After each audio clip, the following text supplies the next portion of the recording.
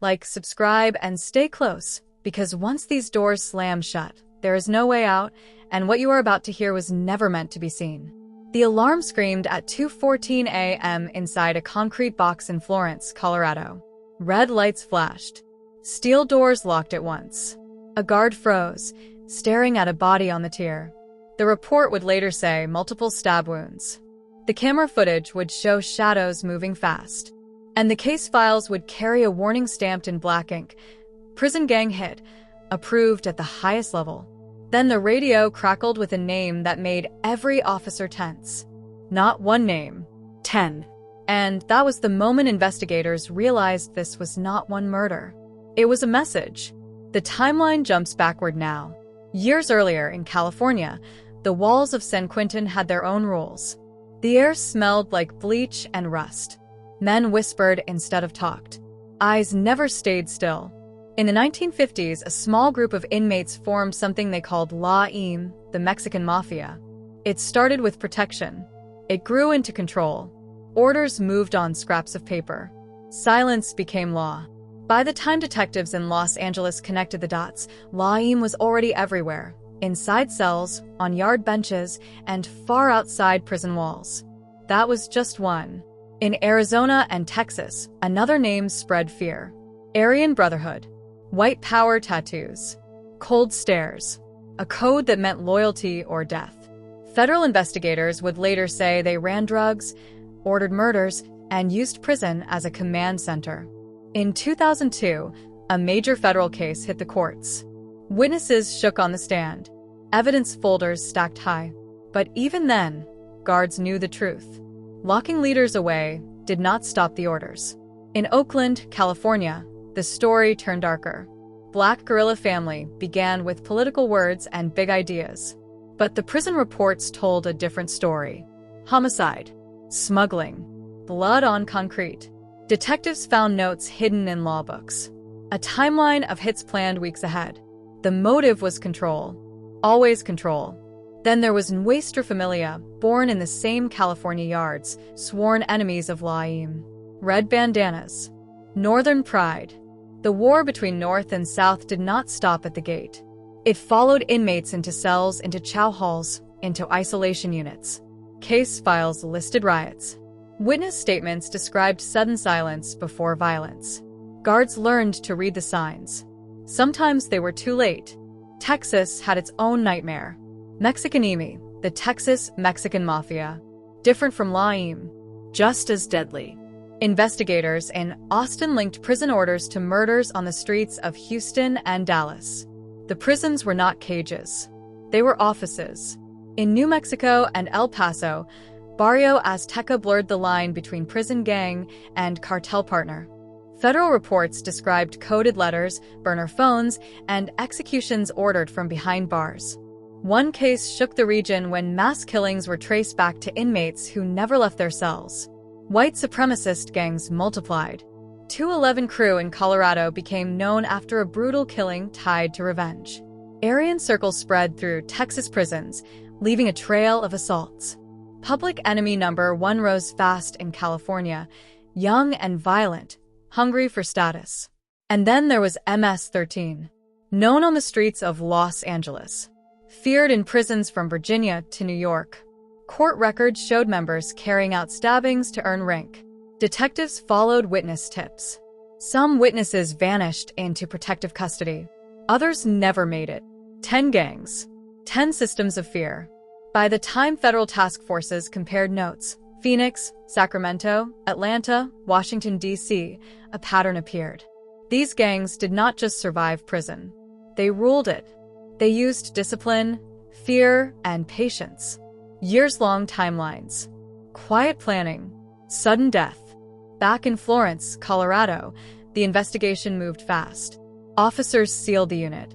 Detectives pulled footage. Analysts mapped connections.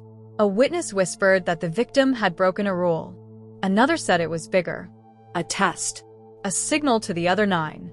The calm before dawn felt heavy. Coffee went cold in the control room. A senior officer said one sentence that ended all debate. This is coordinated. And just as the sun rose over the razor wire, Another alarm began to sound, this time in a different state, in a different prison, with the same deadly signature. The second alarm rang in Marion, Illinois, inside a prison built to hold the worst of the worst.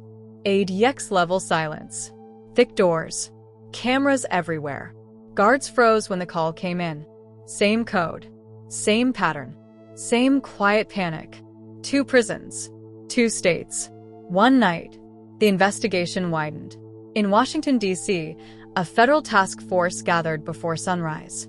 Case files spread across a long table. Maps of California, Texas, Colorado, Arizona, Virginia, and Illinois were pinned to the wall. Red strings connected names. Photos showed tattoos, symbols, numbers. Detectives spoke in low voices. No shouting. No jokes. Everyone knew what this meant. A senior agent named Mark Reynolds pointed to the board. "This isn't random," he said. "This is organized. 10 groups. 1 message." Then the room went quiet. The next hours slowed down. This was the low part. The waiting. The tension. The kind that makes every sound feel loud. Analysts reviewed prison calls. Investigators read mail logs. Evidence teams pulled storage boxes marked confidential. The timeline stretched back decades. In California, retired guard James Miller remembered how it felt when the yard went silent. "That's when you worry," he said in a recorded interview. "Noise is normal. Quiet means something bad is coming." The calm moments inside prison were never peaceful. Inmates cleaned cells. Some read. Some stared at walls. But eyes watched everything. A look. A nod. A step out of place. Prison gangs ran on rules older than most inmates. Break a rule, and consequences followed. Not right away. Sometimes weeks later. Sometimes years. Investigators traced letters written in code. One used Bible verses. Another used chess moves. A third used children's drawings mailed to a fake address in Fresno. Each message passed through hands that never touched. Each order moved without sound. In Texas, detectives reopened a cold case from Huntsville. A witness had once said the murder came from inside the wire. At the time, no one believed him. Now the report made sense. The motive was rank. The reward was survival. Back in Marion, guards found nothing out of place. No weapons. No blood. No signs of a struggle. That was the high point of fear. Because when nothing is found, it means the system worked too well. A young investigator named Alex Carter noticed something small. A missed camera angle. 7 seconds of static. It matched footage from Florence. Same pause. Same blind spot. Engineers confirmed it should not happen. Someone had learned the system. The task force split up. One team flew to Los Angeles. Another to San Antonio. Another stayed in D.C. to build a master timeline. Phones rang. Witnesses were contacted. Some refused to talk. Some cried. One whispered a name, then hung up. In California, a former gang member agreed to speak under protection. His voice shook. "When all 10 move," he said, "it's not about one man. It's about power." Someone challenged it. The calm broke again. In Arizona, at a prison near Tucson, a lockdown alarm sounded just after lunch. No death this time. Just an assault. Quick. Silent. Caught on camera. The victim lived. Barely. Doctors later said it was meant to warn, not kill. A message written in pain. Now the highs came fast. Investigators connected the dots. The first death in Colorado. The second incident in Illinois. The warning in Arizona. All followed a rule from the same playbook. Blood first. Fear next. Control last. In Sacramento, state officials held an emergency meeting. Transfers were frozen. Yards were closed. Phones shut down. That only made things worse. Prison gangs thrived on pressure. Cut communication, and they found new ways. In Virginia, MS, 13 members were moved to segregation. Guards reported chanting at night. Not loud. Rhythmic. Like counting. Analysts compared the sound to earlier recordings from California. Same pattern. the task force realized something else. These gangs were not working together. They were acting at the same time.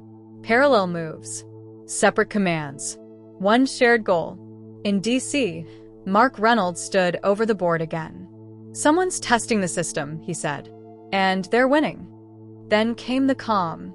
The longest calm yet. 3 days passed with no incidents. Media reports slowed. Headlines faded. The public moved on. Inside prisons, men waited. Guards watched. Investigators slept in shifts. Coffee cups stacked high. That's when the call came from Texas.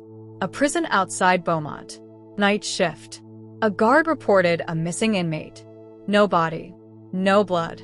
Just an empty cell. Cameras showed him walking out during count. Doors never opened. Logs showed no errors.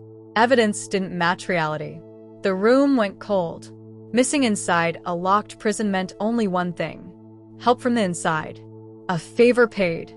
A rule enforced. Search teams moved fast. Dogs. Lights. Lockdowns. Nothing. Then a note was found in the cell. One sentence. Printed neatly. 10 decide who stays. Before anyone could react, alarms erupted again, this time in California, Texas, and Virginia, all within minutes. And the task force knew the worst part was still coming. The alarms overlapped like thunder. California, Texas, Virginia, 3 states, 3 prisons, 1 hour. Radios screamed. Doors slammed. Red lights flooded the concrete halls. Guards ran drills they hoped they would never use. Investigators in Washington stared at the screens as dots flashed on the map. The pattern was complete. This was the peak. In California, at a prison near Stockton, cameras caught the moment it happened. A man stepped out of line during count. Just one step. Another inmate moved close. No words. No rush. 3 seconds later, the man fell. Officers reached him fast. Too fast for it to matter. The medical report would later say the wounds were precise. Planned. Clean. In Texas, near Beaumont, the missing inmate was found. Not alive. Not hidden. Left in a place guards checked every day. The message was clear. They wanted him found. They wanted fear to spread. Detectives photographed tattoos. Symbols told a story. Not one gang. Many marks. A warning carved into skin. Virginia was different. No death. A lockdown that stopped just short of disaster. A guard named Daniel Brooks noticed a detail others missed. A shoe placed the wrong way near a cell door. He paused, counted, stepped back. Moments later, a homemade blade slid across the floor where he would have stood. Brooks lived because he hesitated. That moment changed everything. The task force moved fast. Federal agents approved something rare. A full coordinated response. Transfers resumed, but this time with purpose. Leaders were separated. Units reshuffled. Old rivals forced apart. Investigators leaked false information through monitored channels. Fake timelines. Fake targets. They waited. Inside the prisons, the calm returned. Too calm. Inmates watched guards instead of each other. Orders slowed. Messages crossed paths. Confusion spread. For the first time, control cracked. A coded letter in Arizona contradicted one from California. A chess move that didn't fit the board. Analysts smiled for the first time in days. Then came the break. In Illinois, a witness stepped forward. A lifer with nothing left to lose. He spoke to detectives in a small room with peeling paint. His voice was steady. He explained a rule. 10 gangs. Separate power. One shared line. If any outside force tried to crush one group, the others would move. Not together. Just enough to remind the system who really ran the yards. It's balance, he said. You push one side too hard, the whole thing shakes. The evidence matched. Phone logs. Mail codes. Timelines. The missing inmate. The first body in Colorado. It was never about escape. It was about warning. Federal prosecutors moved next. Indictments stacked up. Court documents named leaders. Conspiracies. RICO charges. Evidence pulled from years of quiet work. When arrests came, they came all at once. California, Texas, Arizona, Virginia. Doors opened at dawn. Shackles clicked shut. Violence dropped overnight. Not to zero. Never to zero. But enough. Weeks later, Mark Reynolds stood outside the Florence prison as snow fell softly. The yard was quiet. Too quiet. He knew better than to feel relief. Prison gangs didn't end. They adapted. They waited. Inside one cell, an inmate scratched a line into the wall. Just a mark. No words. Somewhere else, another man did the same. The system held for now. The final report would say the crisis was contained. That coordination was disrupted. That lives were saved. But in the last page, a handwritten note from a guard said it best. The walls don't stop power. They only hide it. And deep inside America's prisons, the 10 were still counting.